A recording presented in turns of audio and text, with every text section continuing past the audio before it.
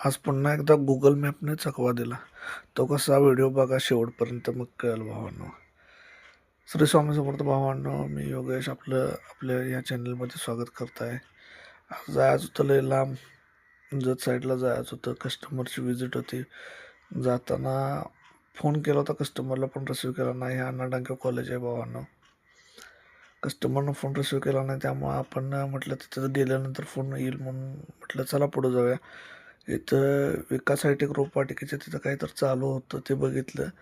मस्तपैकी त्यांनी सजावट वगैरे केलेली, पण हे कायमस्वरूपी असलं तर एक नंबर वाटेल. क्लीन झाडं वगैरे लावलेली. इथं आज कृषी प्रदर्शन होतं त्यांचं 100 एकरमधलं. पण जाताना काय एवढी गर्दी नव्हती. म्हटलं येताना बघायला येईल, कारण गडबड झालेली. 10 वाजलेले मला, इथं 9:45 इथंच वाजलेलं. मला जतला जायचं होतं आणि त्यात आज 2 व्हीलरवर होतो. आज निवांत होतं, गडबड होती पण निवांत होतं. लांब जायचं होतं, पण आपण शाईनवर असल्यावर आपल्याला काय वाटत नाही, कारण आपली गाडी आपल्यासाठी एक नंबर आहे. इथं धक्का खात जायची सवय झाल्यागत झाले. ह्या रस्त्यानं कोण जे रेग्युलर जाते त्यासनं माहिती हो रस्ता खरोखर काय चीज आहे ते.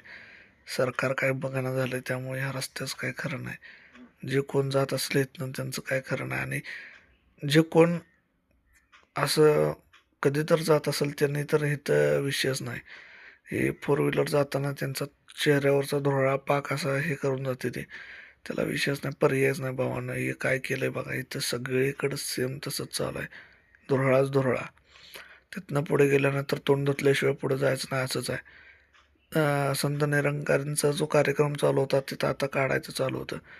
तिथनं पुढं आपण नवीन ब्रिजवर गाडी घातली. म्हटलं बघावं तर म्हटलं हाय का ओके. इथं नदी साईडला कार्यक्रम चालू होते, त्याचं आता हे काढायचं चालू होतं. गाडीचं जरा पेटपूजा केली मस्तपैकी. आपण चला म्हटलं, कारण लय लॉंग रूट होता.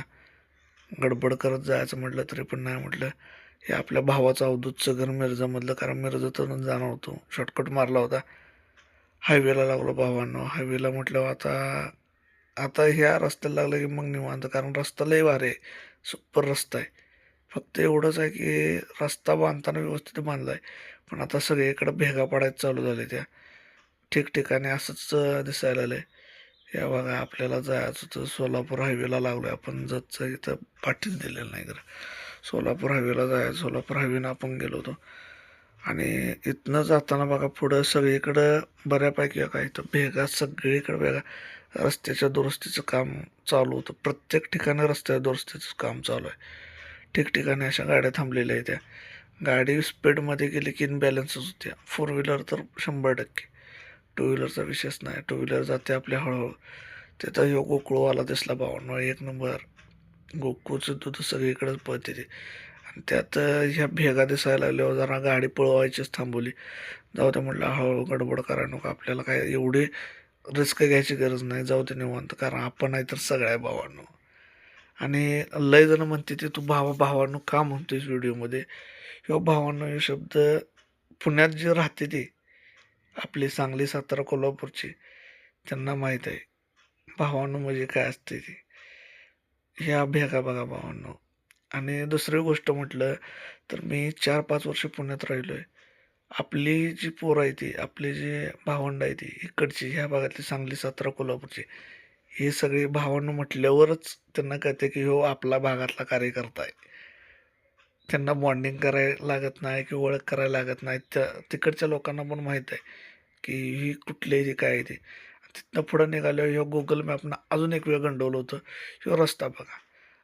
या एखाद्याला विचारलं तर चांगलं होतं, पण ह्या रस्त्यावर पूर्ण निर्जळ आहे. माणूस सकट नाही. इकडं तिकडं बघितल्यावर असं भीती वाटायला. पूर्ण खिंडीतला रस्ता दाखवलाय. हे बघा, काहीच नाही, काहीही नाही. यासाठी विचारायचं. आता इथनं पुढं विचारल्याशिवाय जायचं नाही. तिथं पुढे एका काकासनं विचारलं तर त्यांनी सांगितलं ह्या रस्त्यानं जा. ह्या रस्त्यानं गेल्यावर पण मला टेन्शन यायला लागलं. आता ह्यो रस्ता पुढं डांबरीला मिळतोय का नाही हे कळना. कारण ह्यो रस्ता पूर्ण पठारावरचा रस्ता होता. इकडं तिकडं काहीच नाही. कुणाला विचारायचं म्हटलं परत काय प्रॉब्लेम झाला तर कोण इथं बघायला पण नाही.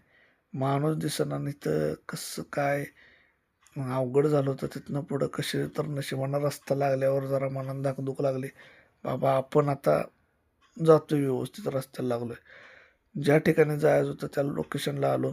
कारण पहिल्या ठिकाणी गेलो होतो तिथलं झालं, दुसऱ्या ठिकाणी आता इथं आलो होतो. लय लॉंग रूट होता त्यामुळं काय लय वेळ गेला होता. इथंच यायला मला 5 वाजलेले. परतीचा प्रवास चालू केला. हा सोलापूर हायवेला लागलो. लालपरी पाठीमागे दिसायला लागले. म्हणलं ही बघा आपली लालपरी सनकत यायला लागलेली. या तुंगमधल्या कृषी प्रदर्शनाचं परत जाताना म्हटलं एक शूट करावं. कारण मस्तपैकी गर्दी, आत्ता गर्दी खरी दिसत होती. कारण माणसांनी नाव काय कृषी विकास म्हणून 100 एकरमधलं यांचं प्लॉटिंग जाग्यावरच त्यांनी सगळं केलेलं. मस्तपैकी दिसायला आल्यावर म्हटलं तिथनं पुढे चला, म्हटलं शूटिंग तर घेऊया तिथलं. गर्दी आहे एवढी, आज गर्दी होती म्हणजे आज शेवटचा दिवस होता. मला वाटतं मे बी 4 तारीख असल्यामुळं आज त्यांचा शेवटचा दिवस होता आणि त्यामुळं माणसांची बघण्याची पण रेलचेल चालू होती.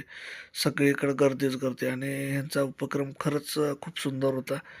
दिसत होतं सगळं एकदम व्यवस्थित. माणसांनी पण त्यांना चांगला प्रतिसाद दिला. प्रत्येक वर्षी त्यांनी असं केलं तर खूप चांगलं होईल. कारण आपलं असं नॅचरली बारामतीमध्येच प्रदर्शन होते.